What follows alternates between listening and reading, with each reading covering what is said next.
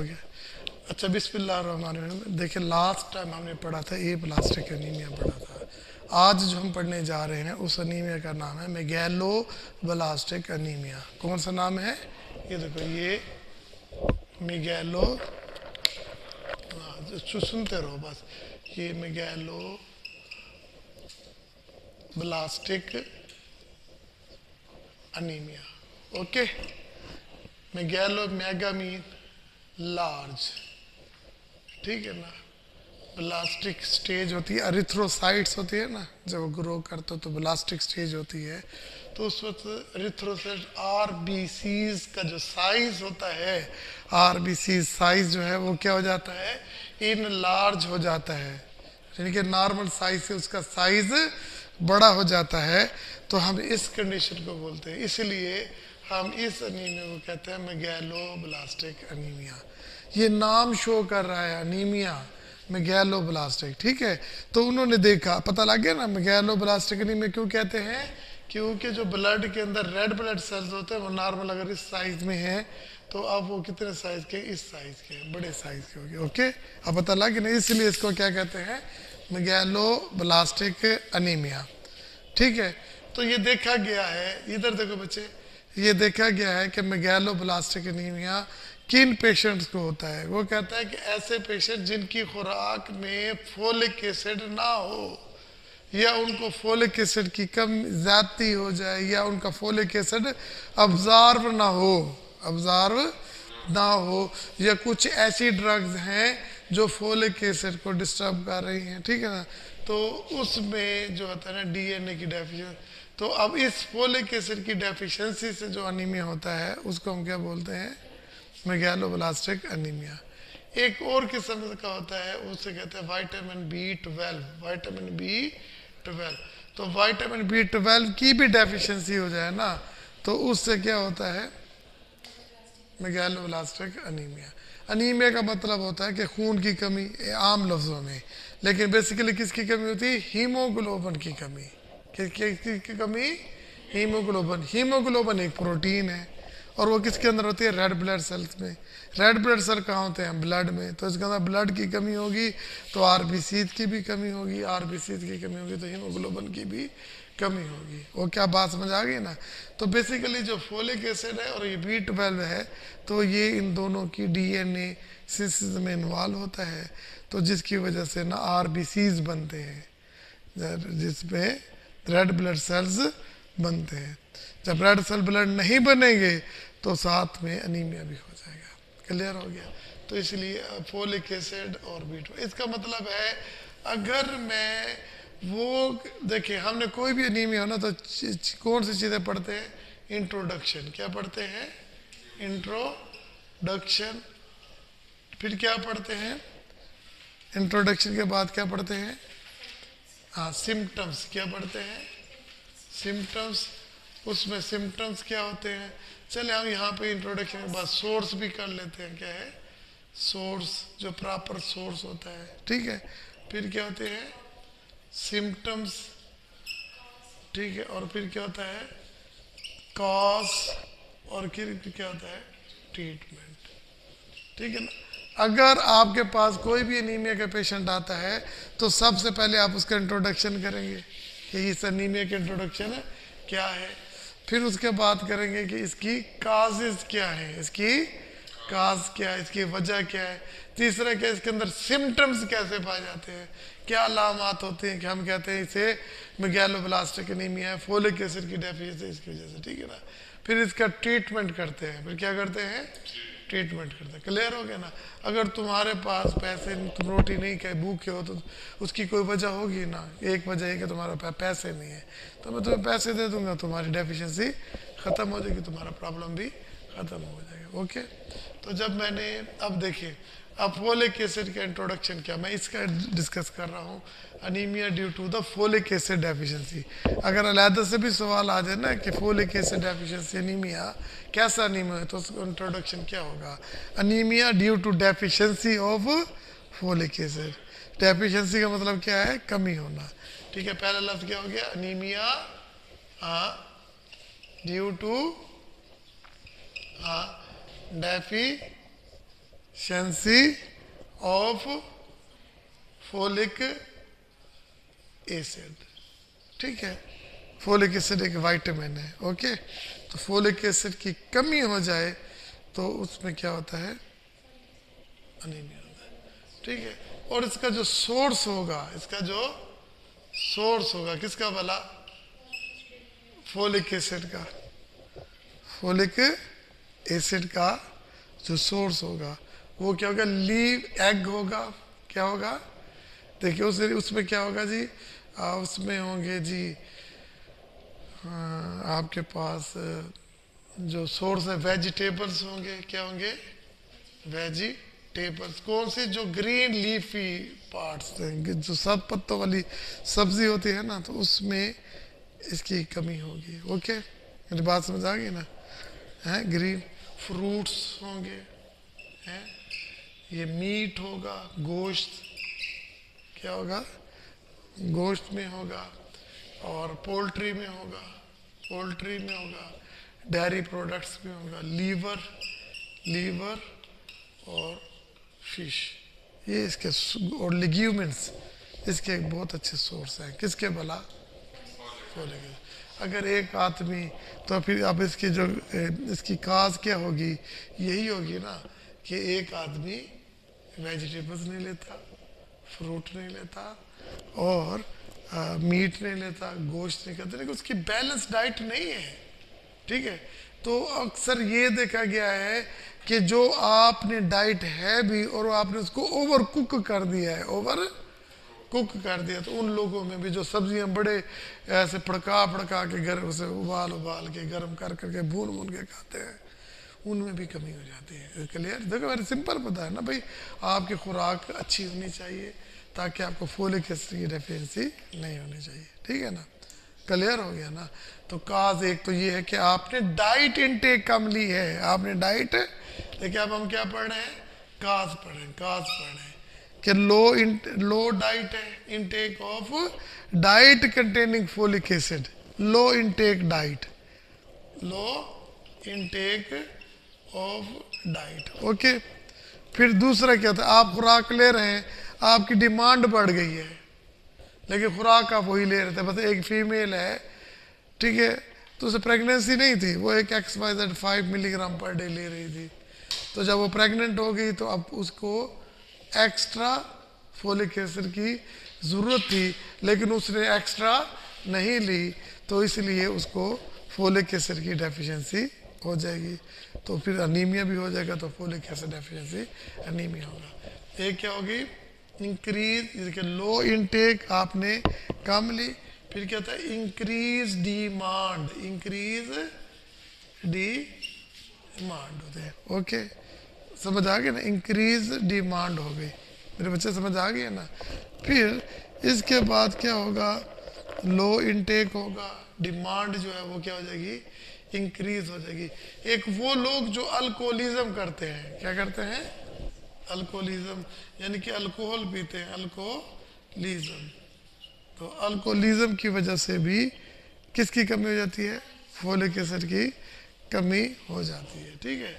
और देखिए लो intake diet, alcoholism, तो और कुछ ड्रग्स, कुछ ऐसी ड्रग्स लेते हैं जो फोलिक एसिड की सिंथेसिस को इनहिबिट करती हैं, वो भी फोलिक एसिड की डेफिशिएंसी कर लेते हैं। अब देखो ना, मैं बड़े आसान तरीके से बताया कि जी फोलिक एसिड डेफिशिएंसी नहीं में किसे होगा, उसको होगा जो ऐसी खुराक जिसमें फोलिक एसिड होगी नहीं लेगा, खुराक को कुकड करके लेगा, दूसरी काज के ओवर उसकी डिमांड इंक्रीज हो गई थी, फिर वो क्या करता है, अल्कोहल ज़्यादा पीता है, अल्कोहलिज्म की वजह से हो जाता है, और कुछ वो ड्रग ऐसी ले रहा था जिससे फोलिक एसिड की सिंथेसिस अफेक्ट होती है, तो उससे डेफिशिएंसी नहीं हो जाता है।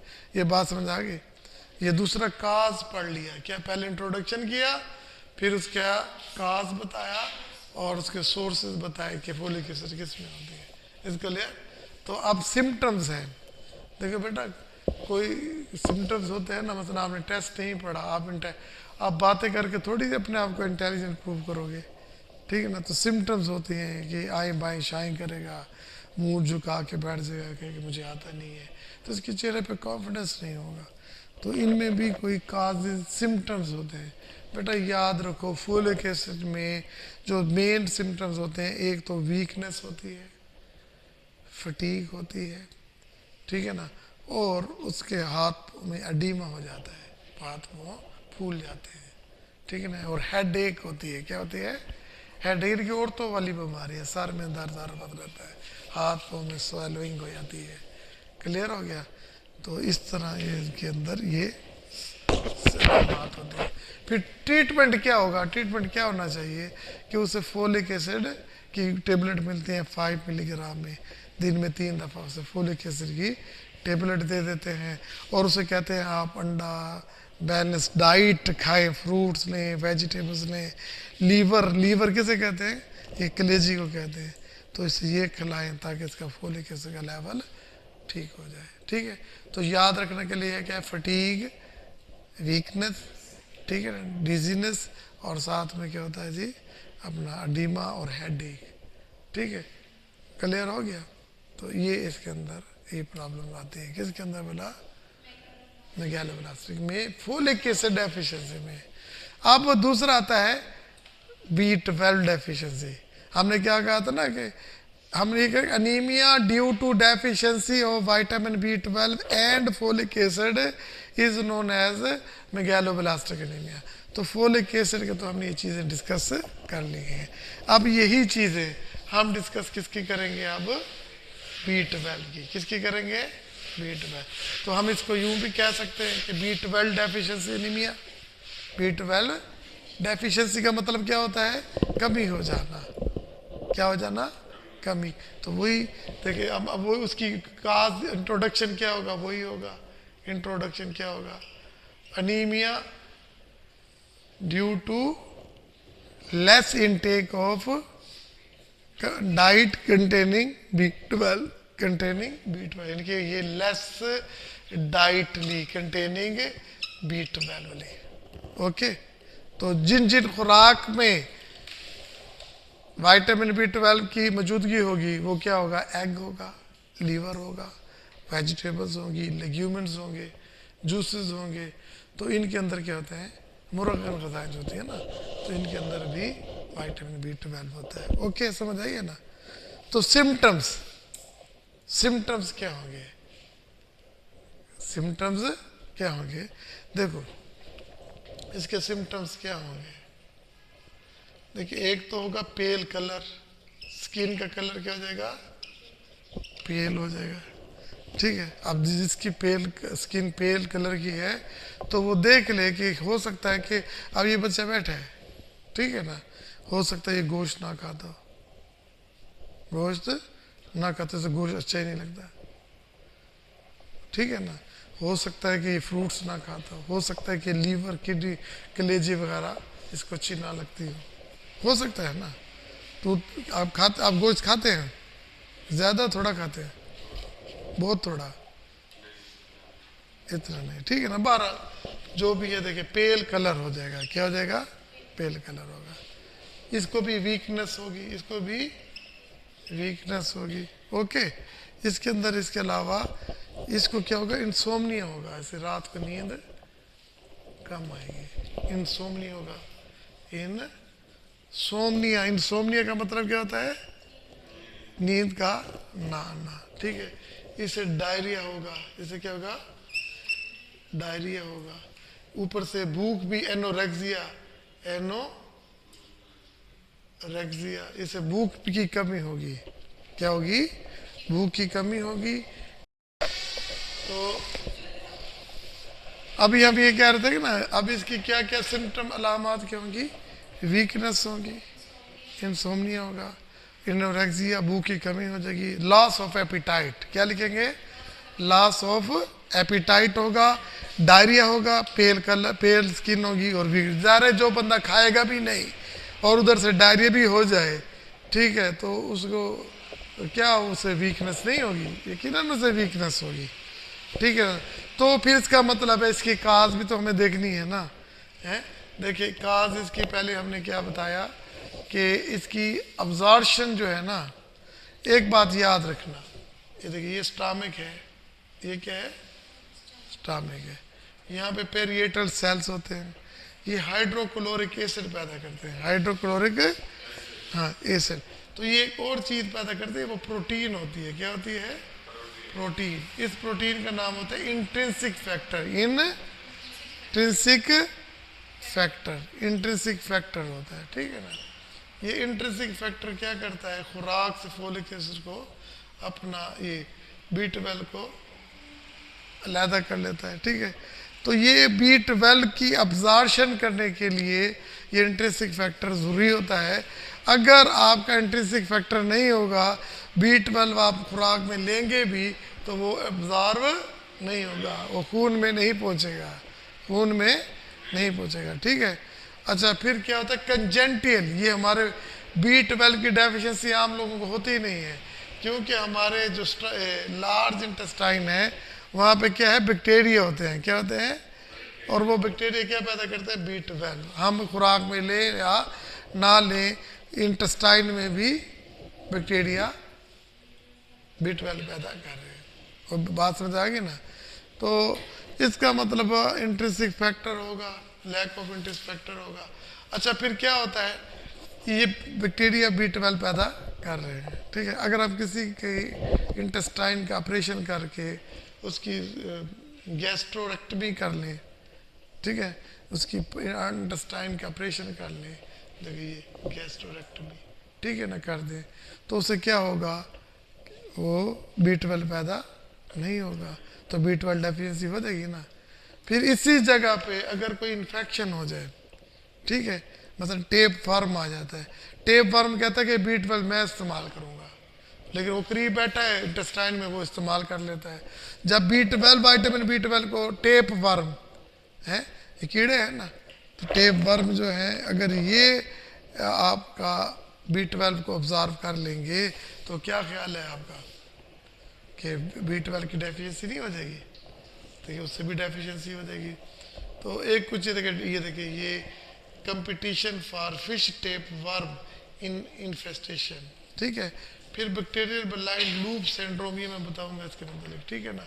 तो इस सूरत में भी नहीं होती। और इंट्रिंसिक फैक्टर जेनेटिकली कुछ लोग होते हैं ना, हैं, उनका स्टमक इंट्रिंसिक फैक्टर पैदा ही नहीं करता। और जिन लोगों को अल्सर की बीमारी हो, जिन लोगों को मैदा खराब रहता हो, तो उनमें भी इंट्रिंसिक फैक्टर पैदा नहीं होता। तो इसीलिए जिनको अल्सर होता है उनको साथ में एनीमिया भी हो सकता है, ओके। और वो कौन सा एनीमिया होगा? B12। और याद रखिएगा B12 डेफिशिएंसी एनीमिया का एक और नाम होता है परनीशियस एनीमिया। बारह की कंडीशन हो रहती है, लेकिन परनीशियस एनीमिया में भी B12 की डेफिशिएंसी हो जाती है। तो एक काज ये हो गया। देखो अब मैं बड़ी आराम से कह रहा हूँ कि मैंने कहा कि भाई इसकी इंट्रोडक्शन बताया, ये बीमारी कैसे होती है कि B12 की डेफिशिएंसी हो जाए तो ये हो जाती है। फिर ये बताया, इसके मैंने सोर्स बताए, आप लिख ले, अंडा, लीवर, फिश, वेजिटेबल, लिग्यूमेंट, सब में, जूसेस में होता है, ओके। फिर आपने कहा कि इसकी सिम्टम्स क्या होती है? मैंने क्या कहा कि पेल कलर होता है, डायरी होता है, लॉस ऑफ एपिटाइट होता है, लॉस ऑफ, तो वीकनेस और फटीग होती है, ठीक है। और इसकी काज क्या होती है कि स्टमक इंट्रिंसिक फैक्टर पैदा नहीं करता, इंट्रिंसिक फैक्टर कम हो सकता है, ठीक है। फिर क्या होता है कि वहाँ पे जो टेप वर्म होते हैं वो मुकाबला करते हैं, B12 को यूज़ कर लेते हैं। और एक है बैक्टीरियल ब्लाइंड लूप सिंड्रोम, इसमें भी B12 की डेफिशिएंसी हो जाती है, या इंटेस्टाइन की सर्जरी कर दी जाए, ओके। फिर देखिए सोर्सेज हैं, egg, meat, poultry, liver, kidney, pale skin हो जाता है, डायरी हो जाता है, insomnia, loss of appetite, loss of appetite. और ये इंसोमनी का मतलब होता है नींद की कमी होना, एनोरेक्सिया होता है, लॉस ऑफ एपिटाइट, ओके। तो फिर साथ में वीकनेस और फटीग भी हो जाती है, ठीक है। और इसका ट्रीटमेंट क्या होगा? इसका ट्रीटमेंट होता है साइनोकोबालामिन, B12 के इंजेक्शन नहीं लगाते, न्यूरोबियान होता है तो उसमें B12 लिखा होता है ना, मिकोबालामिन, ठीक है, मिकोबालामिन, सियानोमिकोबालामिन, ये सारे क्या होते हैं? B12। मैथिकोबाल जो होता है ना, वो इसकी एडवांस फॉर्म है, किसकी भला? B12 की। वो समझ आ गई कि नहीं? न्यूरोबियान के इंजेक्शन लगवाते हैं ना, तो अब ये इसे साइनोकोबालामिन, ठीक है। तो ये इसके इंजेक्शन इसको पेशेंट को दिए जाते हैं, और ये भी कहा जाता है कि अपनी बैलेंस डाइट को इम्प्रूव करें। तो इसके ये ट्रीटमेंट है। क्लियर हो गया ना? तो ये आज हमने देखो पूरा हमने ये अपना पढ़ लिया। अब इसे रीड कर लेते हैं, आपकी बुक में से कैसे डिस्कस किया गया है। आपकी बुक कहता है कि megaloblastic anaemia it is a disease anaemia in which RBCs become of large size and odd shape. गंदी शक्ल होती है, याद होगी ये लाइन कि रेड ब्लड सेल क्या हो जाते हैं, लार्ज हो जाते हैं और ऑड शेप होते हैं। ये पहला पॉइंट हो गया। फिर दूसरा कहता है कि anaemia due to the decrease of vitamin B12 and folic acid is known as megaloblastic anaemia. Okay, इसके दो पार्ट। इसका तो फोलिक एसिड की डेफिशिएंसी से, B12 की डेफिशिएंसी से जो एनीमिया होता है उसे मेगालोब्लास्ट कहते हैं। ठीक है, अब हमने करना है विटामिन B12 डेफिशिएंसी एनीमिया। हम इसकी डेफिनेशन वही करेंगे कि anaemia due to the deficiency of vitamin B12 deficiency anaemia. अब देखें वो कैसे हो सकती है काज। आपकी डाइट में विटामिन B12 है ही नहीं, आप स्टारवेशन में रहे हो। ठीक है, ऐसे जैसे कहते हैं ना, बंदा कोई फाके करता है तो उसमें फोलिक एसिड इस तरह ये देखिए ये अब एब्जॉर्प्शन हो जाती है इंक्रीज। विटामिन B12 होता है लेकिन इंटेस्टाइन से खून में दाखिल नहीं होता है। तो किस पॉइंट का समझ आ गया ना? इसका मतलब है डिक्रीज एब्जॉर्प्शन ऑफ B12। अब डिक्रीज एब्जॉर्प्शन ऑफ B12 कब होगा? When there is a decrease in the intrinsic factor. अब देखिए इंट्रिंसिक फैक्टर का पता है ना, ये वो प्रोटीन है, कौन पैदा कर रहा है? ये पैराइटल सेल पैदा कर रहा है। ओके, ठीक है। और देखिए परनीशियस एनीमिया, इसका दूसरा नाम है परनीशियस एनीमिया। वैसे इसकी थोड़ी सी कंडीशन चेंज होती है। परनीशियस एनीमिया भी जिससे होता है ना, तो उसको B12 की डेफिशिएंसी हो जाती है। तो ये पेपर में सवाल होता है, B12 deficiency anaemia is also known as the pernicious anaemia या XYZ। ओके, तो देखिए परनीशियस। फिर देखिए ये गैस्ट्रेक्टोमी, ठीक है ना, तो ये सर्जरी कर दी तो उसमें हो गया। अच्छा, फिर कहता है कंपटीशन होता है। किस चीज़ का कंपटीशन होता है? देखिए आपने B12 लिया है, लेकिन कहते यार हर शय खाते पता नहीं ढिड च कीड़े से डैने पे जिन्न पे पता नहीं खा देते नहीं को सर नहीं सीधा। वो वाकई कीड़े होते हैं। वो कौन सा है? Tape worm, fish tape worm infestation. तो वो कंपटीशन करता है, वो कहता है मैं इसको नहीं दूंगा, खुद लूँगा। ठीक है, और फिर क्या? Bacterial loop, blind loop syndrome. यहाँ तक समझ आ गई?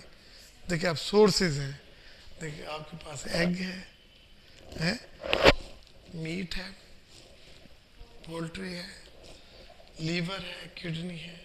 सिम्टम्स ये देखिए, ये pale skin, diarrhoea, loss of weight, loss of apatite.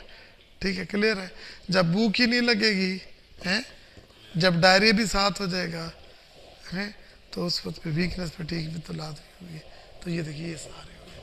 फिर कहता है कि ट्रीटमेंट, ये साइनो अपना मैथिकोबालामीन, ठीक है ना? ओके, यानी कि ये मिकोबालामीन, साइनोमिकोबालामीन, ठीक है। तो इसको ये B12 के इंजेक्शन देते हैं, ठीक है, नीरोबियान देते हैं अलॉन्ग विद कैल्शियम। देखिए फोलिक एसिड क्या है? Folic acid. अब हम इसकी तरफ आते हैं। इनएडुकेट डाइट हो, इनएडुकेट डाइट का मतलब क्या होता है? आपकी खुराक की कमी है।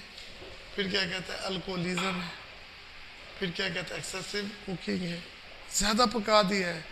ओल्ड एज में भी हो जाता है, ओल्ड एज में भी हो जाता है।